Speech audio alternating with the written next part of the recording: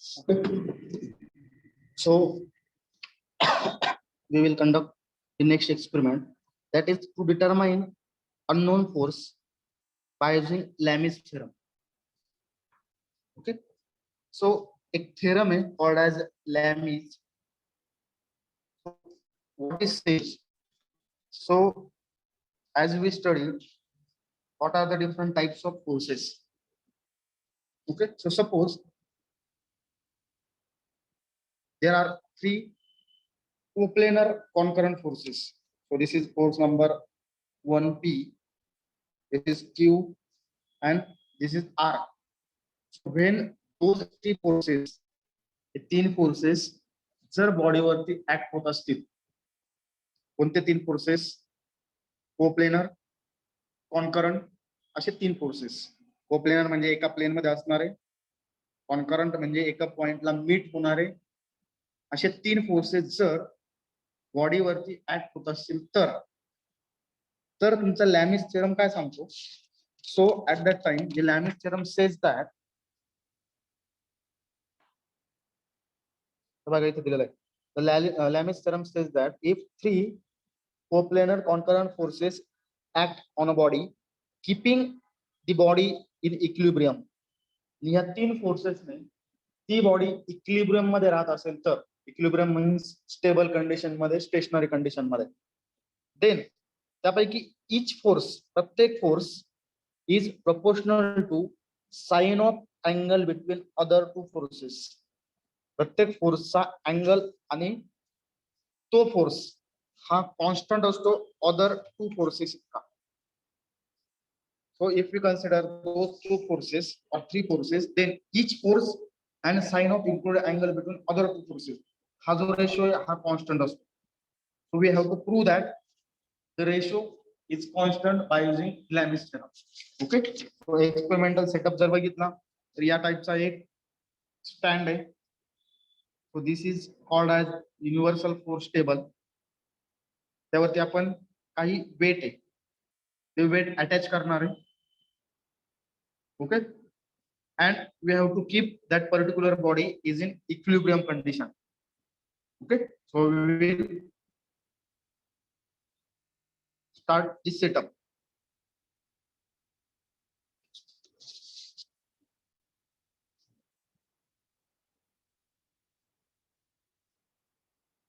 So here is a universal force table. जर बघितला हा एक स्टँड आहे. स्टँडला ग्राउंड लेवल ऍडजस्टमेंट साठी तीन ऍडजस्टेबल स्क्रू दिलेले किंवा नट दिलेले. ते काय करणार आहे, ग्राउंडची लेवल असेल ती ऍडजस्ट करतील. हा एक स्टँड आहे. देन हा एक पिवोटेड टेबल आहे. हा एक सर्क्युलर टेबल आहे की ज्यावरती 0 पासून दिसतंय 0, 10, 20, 30, 40, 50 असे 360 डिग्री पर्यंत मार्किंग. 350 आणि पुढे परत 360 म्हणजे 360 डिग्री पर्यंत मार्किंग. देन एक इथे pivoted point, sharp edge pivoted point है. What we have to do is we have three clamping arrangement. So just wait.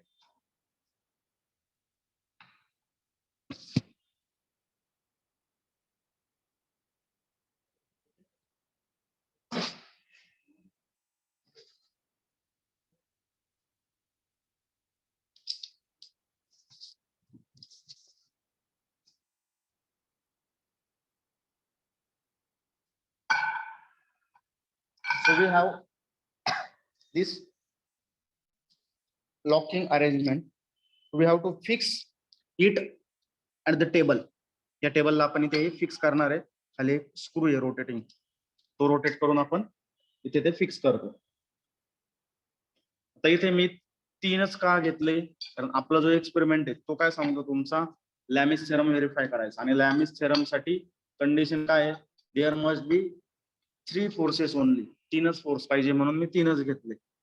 एक इथे घेतला रॅन्डमली, आता फक्त फिक्स करण्यासाठी मी तिन्ही पॉइंटला तीन अटॅच केले.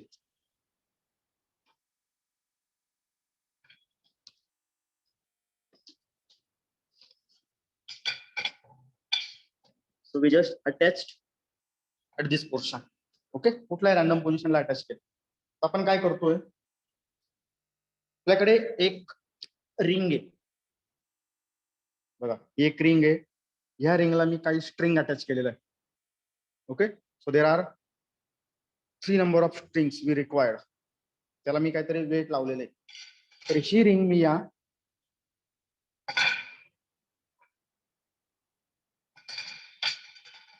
हँगर वरनं पास करतो. ओके, बघ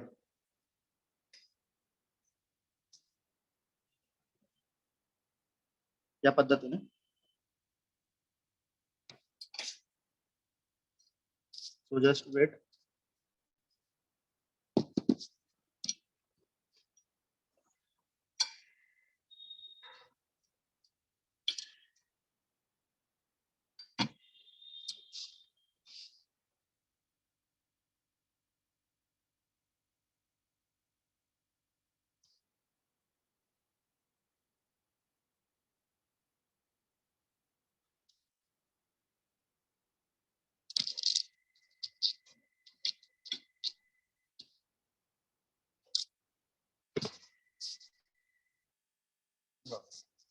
तीन string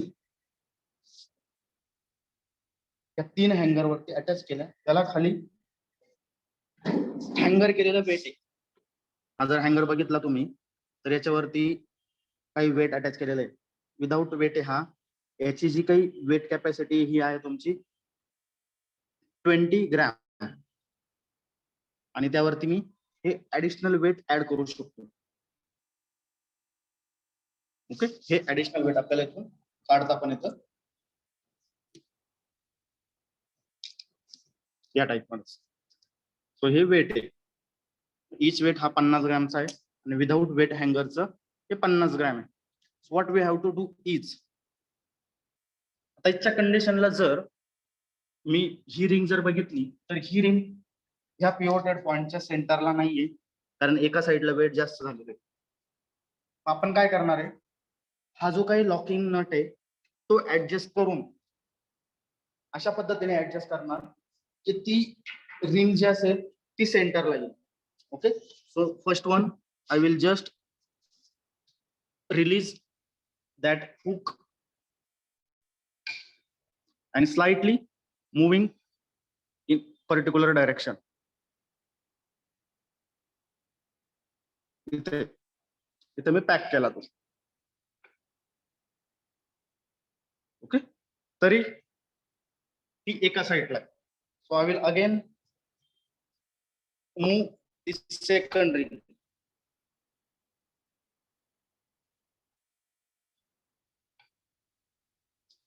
trial and error. Okay, fix at this portion. So आता जर बघितलं तर ती सेंटर पॉइंटला. Okay, so we just name any one force as force number F1. So this is F1, this is force number F2, and this is F3. And angle between the force F1 आणि F2 हा जो angle आहे याला बोलतात θ1, याला θ2, याला θ3. आपण observation table जर बघितला तर आपल्याला पाहिजे काय बघा, 3 फोर्स. तुमचा पहिला फोर्स किती न्यूटनचा होता, सेकंड फोर्स, थर्ड फोर्स, त्यानंतर अँगल पहिल्या फोर्सचा, दुसऱ्या फोर्सचा, तिसऱ्या फोर्सचा. हा टेबल प्रिपेअर करायचा आहे यानुसार. Okay, so we have 3 forces. झाला P Q R. मग हा अँगल झाला θ1, θ2, θ3.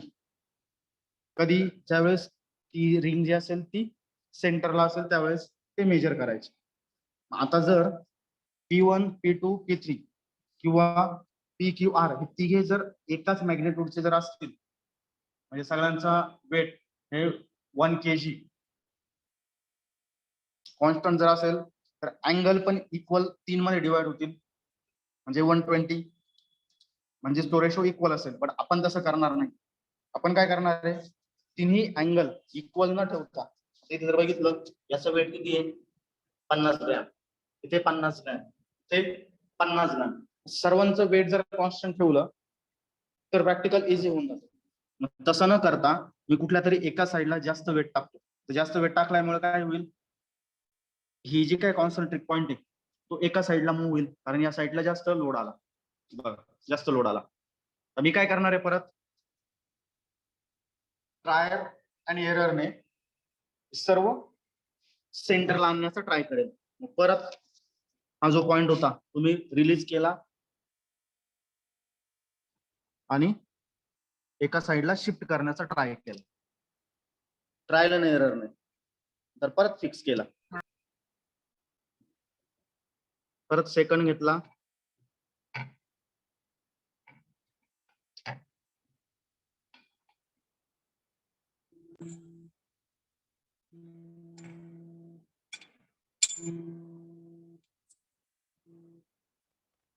आणि तो पॅक करण्याचा ट्राय केला. ओके, देन हा सेंटर आहे की नाही ते क्रॉस चेक, सेंटरवरती आलेला आहे. मग मी फोर्स नंबर 1 हा कन्सिडर केलेला होता, त्याचा मॅग्निट्यूड किती आहे 100. सो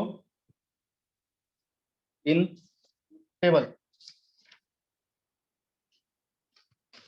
टेबल मध्ये पण पी किती घेणार, पी क्यू आर, इथे काय आहे alpha beta gamma. So P झाला तुमचा 100 ग्रॅम आणि बाकी दोन 50-50. हे ग्रॅम आहे, हे नंतर न्यूटन मध्ये कन्वर्ट करायचे. ओके, तर त्यावेळेस तुमचा जो काही अँगल आहे तो अँगल किती तो मेजर करायचा. तर आपला पहिला फोर्स इथे, सेकंड फोर्स तो आहे, या दोघांमधला अँगल किती ते मेजर करू. इथे जर बघितलं तर हा आहे तुमचा 110, 210 13 वरती 213, आणि हा जातोय तुमचा 350 आणि पुढे 7 म्हणजे 357. मग 213 जर मायनस केले 357 मधनं जेवढा अँगल येईल तो झाला तुमचा अल्फा 1. ओके, म्हणजे हा किती झाला 213 चे 7 20 झाले, 20 आणि 30 50 37, 37 आणि 7 44, बरोबर आहे नाही, अच्छा 200, 213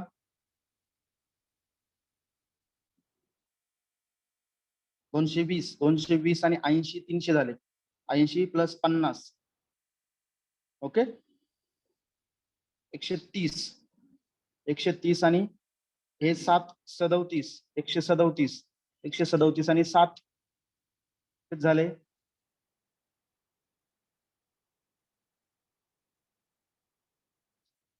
झाला 144 चा अँगल.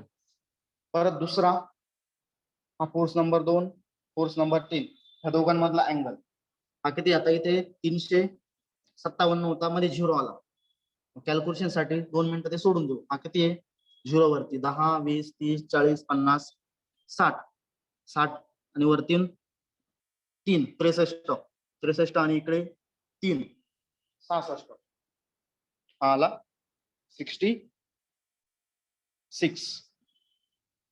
ओके, परत थर्ड नंबरचा अँगल म्हणजेच फोर्स नंबर 3 आणि F1 यामधला अँगल, तर 2 मिनिटं हा सोडून देऊ, हा ऍज अ 0 कन्सिडर करू. म्हणजे हा झाला 10 20 30 40 50 60 70 80 90 100, 110 120 130 140 41 42 43 44 45 46 47 48 49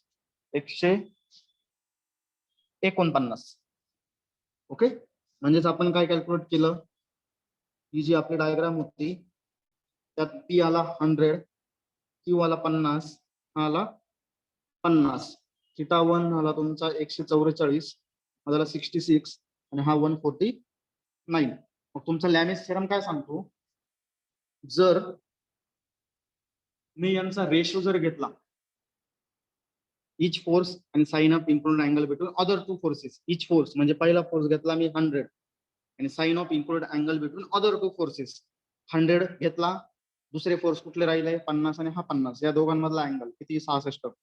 मग sine of 66, sine of 66 is equal to, याची जी व्हॅल्यू येईल तीच इक्वल असेल दुसऱ्या फोर्सेस सोबत. दुसरा फोर्स 50 हा घेतला मी, उरलेले दोन फोर्स कुठले, हा एक हा एक, त्यांच्यामधला angle 149. So sine of 149 is equal to, परत तिसरा फोर्स 50, हा 50, उरलेले दोन फोर्स मधला अँगल 149, साइन ऑफ 149. या सर्वांचा जर मी अँगल घेतला किंवा रेशो जर घेतला, हा कॉन्स्टंट असतो सेम, हा कॉन्स्टंट असतो. म्हणून मी असं म्हणतो की P divided by sine of, कुठला होता आता, P डिवाइडेड बाय उरलेले दोन फोर्स म्हणजे 66, sine of beta is equal to Q divided by sine of 149 म्हणजे gamma is equal to R divided by sine of alpha. Ratio हा constant असतो. Okay, हा रेशो कॉन्स्टंट असतो. So this is for reading number 1. आपण काय करणार आहे, इथे झाला तुमचा force number 1, force number 2, force number 3. इथे असेल अँगल, फोर्स जे असतील ते तुमचे न्यूटन मध्ये असतील. ओके, आता कसं करणार आहे परत conversion, 1 newton is equal to किती, ग्रॅम किंवा केजी मल्टिप्लाय बाय 9.81. आता इथे काय आहे, सर्व ग्रॅम मध्ये 100 gram, so 100 divided by 1000 multiply by 9.81. तो इथे एक न्यूटन मध्ये येतील. हा त्यांचा अँगल येईल, नंतर त्यांचा रेशो घ्यायचा. हा रेशो तिघांचा नियर अबाउट सेम येतो. लॅमिस थेरम नुसार तो कॉन्स्टंट असतो, बट इथे जे काही एरर जनरेट होतील, आयदर इन्स्ट्रुमेंटल एरर असेल किंवा तुमच्या कॅल्क्युलेशन मध्ये एरर असतील, त्यामुळे तो रेशो थोडाफार चेंज होतो. नियर अबाउट हा रेशो तुमचा सेम पाहिजे. झालं रीडिंग नंबर 1. आता सेकंडला काय केलं मी, परत एक वेट घेतला 50 ग्रॅमचा, ते कुठेतरी दुसऱ्या एका हँगर मध्ये ऍड केलं. इथे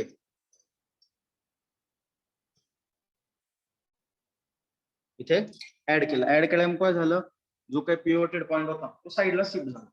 हे बघा, आता मी काय करणार आहे, परत ट्रायल अँड एररने तो सेंटरला आणण्याचा ट्राय करणार. Okay, so just weight.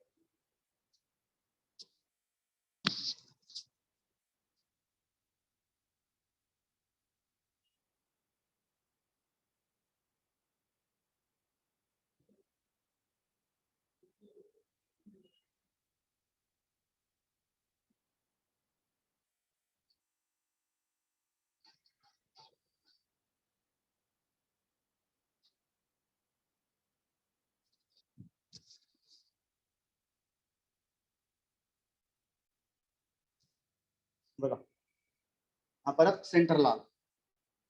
परत मी काय केलं, फोर्स चेंज करायचा नाही. याला मी आधी F1 कन्सिडर केलं होतं किंवा P कन्सिडर केलं होतं. हा Pच असेल, तो Q असेल, तो Rच असेल. परत P ची मॅग्निट्यूड किती आहे तो मी मेजर केला. किती आहे, 2 वेट आहे म्हणजे 100. इथे जर बघितलं इथे एक वेट आहे म्हणजे 50 आणि इकडे 2 वेट आहे परत 100. म्हणजे आपलं सेकंड रिडिंग काय असेल इथे, 100, 50, 100. ओके, परत मी अँगल मेजर केला. हा 1 नंबर, दुसऱ्या दोन फोर्स मधला अँगल 10, 20, 30, 40, 50, 60, 70, 80. 80 आणि इथे किती वरती येतो 5 85 86 87 आणि इथनं 1 2 3 4 91 91 पहिला अँगल आला 91. ओके. सेकंड नंबरचा फोर्स त्याचा अपोजिट अँगल म्हणजे ह्या दोन फोर्स मधला तसं केलं तरी चालेल. मग किती आले परत 10 20 30 40 50 60 70 80 90 100 110 120 130 140 140 आणि हे 4 आणि परत हे 3 147 147. थर्ड नंबर चा फोर्स त्याचा अपोजिट अँगल हा म्हणजेच 10 20 30 40 50 60 70 80 90 100 110 110 आणि हे 115 116 आणि हे 5 121 121. परत तिघांचा रेशो घेतला P divided by sin of 91 is equal to 50 divided by sin of 147 is equal to 100 divided by sin of 121. हा रेशो परत कॉन्स्टंट येतो. तो किती आहे इथे नोट करायचा. ओके. ते कॅल्क्युलेशन आपण इथे एक सॅम्पल कॅल्क्युलेशन एक्सेप्ट करून दाखवायचं या पद्धतीने. पण हा लॅमिस थेरम व्हेरीफाय करतो म्हणजे काय लॅमिस थेरम सांगतोय आपल्याला की सर्व रेशो हे कॉन्स्टंट येतात. लॅमिस थेरम सांगतोय त्यानुसार आपण प्रिडिक्ट करण्यापेक्षा किती डेव्हिएशन येतंय किंवा खरंच रेशो कॉन्स्टंट असतो की नाही तो आपण व्हेरीफाय केलं. ओके. खाली इथे तुमचा रिझल्ट असेल ratio of P divide by sine of alpha Q divide by sine of beta R divide by sine of gamma R equal nearly equal किंवा नॉट इक्वल ते जस्टिफाय करायचं. ओके. आणि the force polygon is dash dash figure. आता ही force polygon जे आहे हे आपण मला सांगितलं एकच प्रॉब्लेम आपण कन्सिडर केला तोच प्रॉब्लेम आपण अनालिटिकल मेथड म्हणजे काही फॉर्म्युले वगैरे असतील आणि ग्राफिकल मेथड ते ग्राफ पेपरचा यूज करून अशा दोन्ही पद्धतीने सॉल्व्ह करणार. दोन्ही पद्धतीने सॉल्व्ह केल्यानंतर काय आन्सर मध्ये डेव्हिएशन येतं ते आपण बघणार. ओके.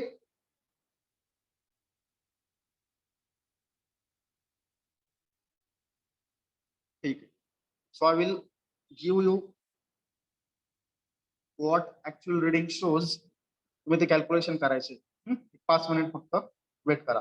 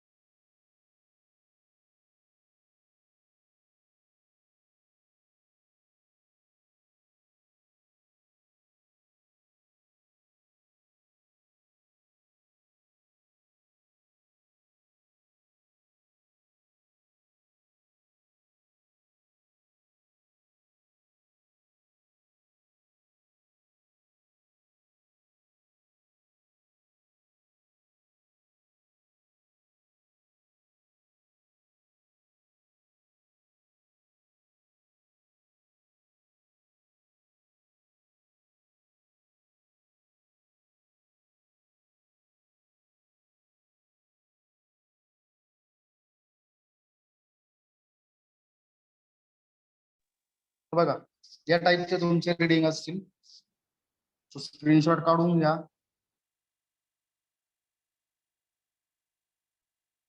PQR 4 टाईपचे 4 रिडिंग आहे.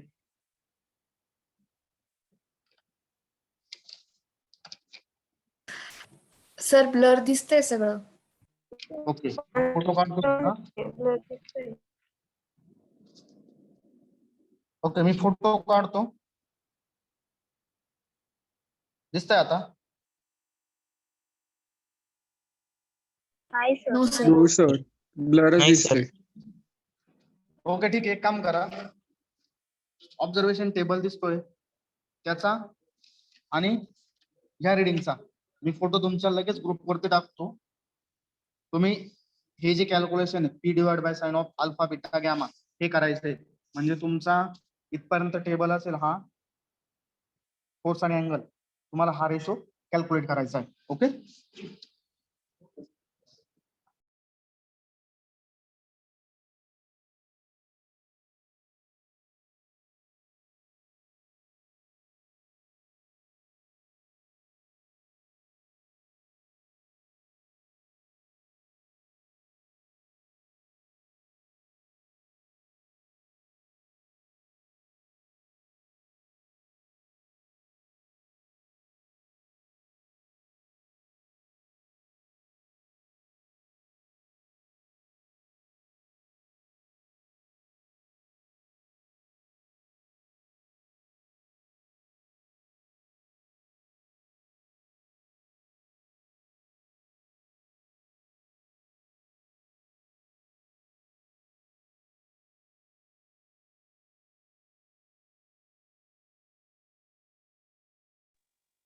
तुमच्या ग्रुपवरती 2 फोटो टाकलेले, एक ऑब्झर्वेशन टेबल आणि दुसरा आहे आपण आता जे रिडिंग आले त्याचा फोटो. फक्त पुढे कॅल्क्युलेशन करायचे किती येत आहे ते मला सांगायचे. रॅन्डमली कुणाला पण विचारेल. ओके